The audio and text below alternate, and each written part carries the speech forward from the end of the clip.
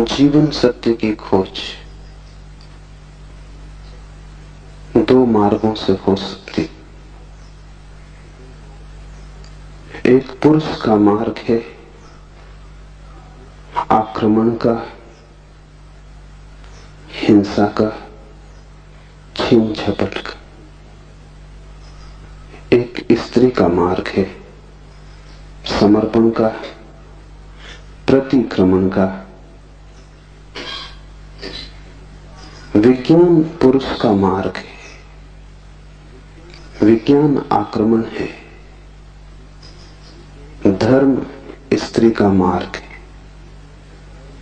धर्म नमन है। इसे बहुत ठीक से समझ लें।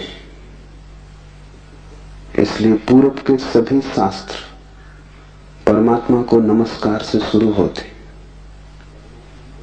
वो नमस्कार केवल औपचारिक नहीं है, वो केवल एक परंपरा और रीति नहीं। वो नमस्कार इंगित है कि मार्ग समर्पण का है, और जो विनम्र हैं केवल वे ही उपलब्ध हो सकेंगे, और जो आक्रामक हैं, अहंकार से भरे हैं, जो सत्य को भी छीन झपट करके पाना चाहते हैं, जो सत्य के भी मालिक होने की आकांक्षा रखते हैं, जो परमात्मा के द्वार पर एक सैनिक की भांति पहुंचे हैं विजय करने, वे हार जाएंगे। वे क्षुद्र को भला छीन झपट लें, विराट उनका न हो सकेगा। वे व्यर्थ को भला लूट के घर ले आए, लेकिन जो सार्थक है वो उनकी लूट का हिस्सा न बनेगा। इसलिए विज्ञान व्यर्थ को खोज लेता है, सार्थक चूक जाता है। मिट्टी, पत्थर, पदार्थ के संबंध में जानकारी मिल जाती, लेकिन आत्मा और परमात्मा की जानकारी छूट जाती। ऐसे ही जैसे तुम राह चलती एक स्त्री पर हमला कर दो, बलात्कार हो जाएगा।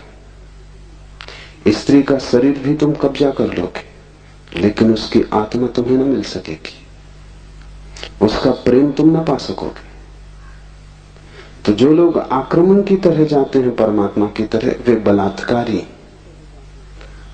वे परमात्मा के शरीर पर भला कब्जा कर लें, इस प्रकृति पर जो दिखाई पड़ती है, जो दृश्य है, उसकी चीरफाड़ कर लें, विश्लेषण कर लें, उसके कुछ राज खोज लें, लेकिन उनकी खोज वैसी ही क्षुद्र होगी जैसे किसी पुरुष ने किसी स्त्री पर हमला किया हो और बलात्कार किया हो। स्त्री का शरीर तो उपलब्ध हो जाएगा, लेकिन उपलब्धि दो कौड़ी की है, क्योंकि उसकी आत्मा को तुम छू भी न पाओगे।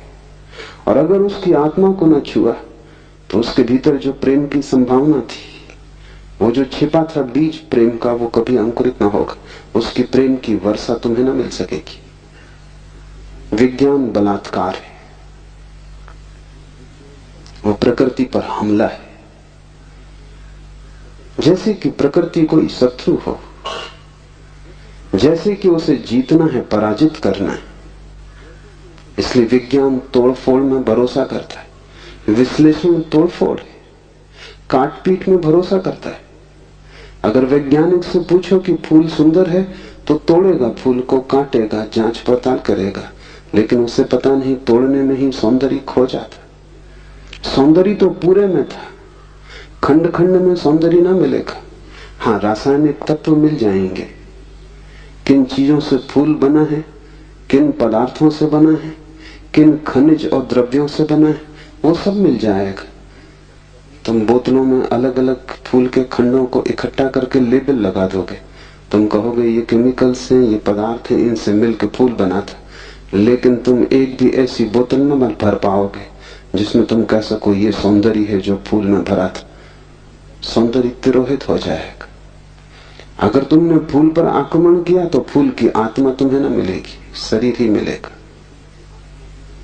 विज्ञान इसलिए आत्मा में भरोसा नहीं करता। भरोसा करे भी कैसे? इतनी चेष्टा के बाद भी आत्मा की कोई झलक नहीं मिलती। झलक मिलेगी ही नहीं, इसलिए नहीं कि आत्मा नहीं, बल्कि तुमने जो ढंग चुना है वो आत्मा को पाने का ढंग नहीं। तुम जिस द्वार से प्रवेश किए हो वो क्षुद्र को पाने का द्वार है। आक्रमण से जो बहुमूल्य है वो नहीं मिल सकता। जीवन का रहस्य तुम्हें मिल सकेगा अगर नमन के द्वार से तुम गए, अगर तुम झुके, तुमने प्रार्थना की, तो तुम प्रेम के केंद्र तक पहुंच पाओगे। परमात्मा को रिझाना करीब करीब एक स्त्री को रिझाने जैसा है। उसके पास अति प्रेमपूर्ण, अति विनम्र, प्रार्थना से भरा हृदय चाहिए। और जल्दी वहां नहीं है। तुमने जल्दी की कि तुम चूके, वहां बड़ा धैर्य चाहिए। तुम्हारी जल्दी और उसका हृदय बंद हो जाएगा, क्योंकि जल्दी भी आक्रमण की खबर। इसलिए जो परमात्मा को खोजने चलते हैं उनके जीवन का ढंग दो शब्दों में समाया हुआ है, प्रार्थना और प्रतीक्षा। प्रार्थना से शास्त्र शुरू होते हैं और प्रतीक्षा पर पूरे होते हैं। प्रार्थना से खोज इसलिए शुरू होती। इस शास्त्र का पहला चरण है ओम स्वप्रकाश आनंद स्वरूप भगवान शिव को नमन। और अब शिव सूत्र प्रारंभ। इस नमन को बहुत गहरे उतर जाने दें, क्योंकि अगर द्वार ही चूक गया तो पीछे महल की जो मैं चर्चा करूंगा वो समझ में ना आएगी। पुरुष को थोड़ा हटाएं, आक्रामक वृत्ति को थोड़ा दूर करें,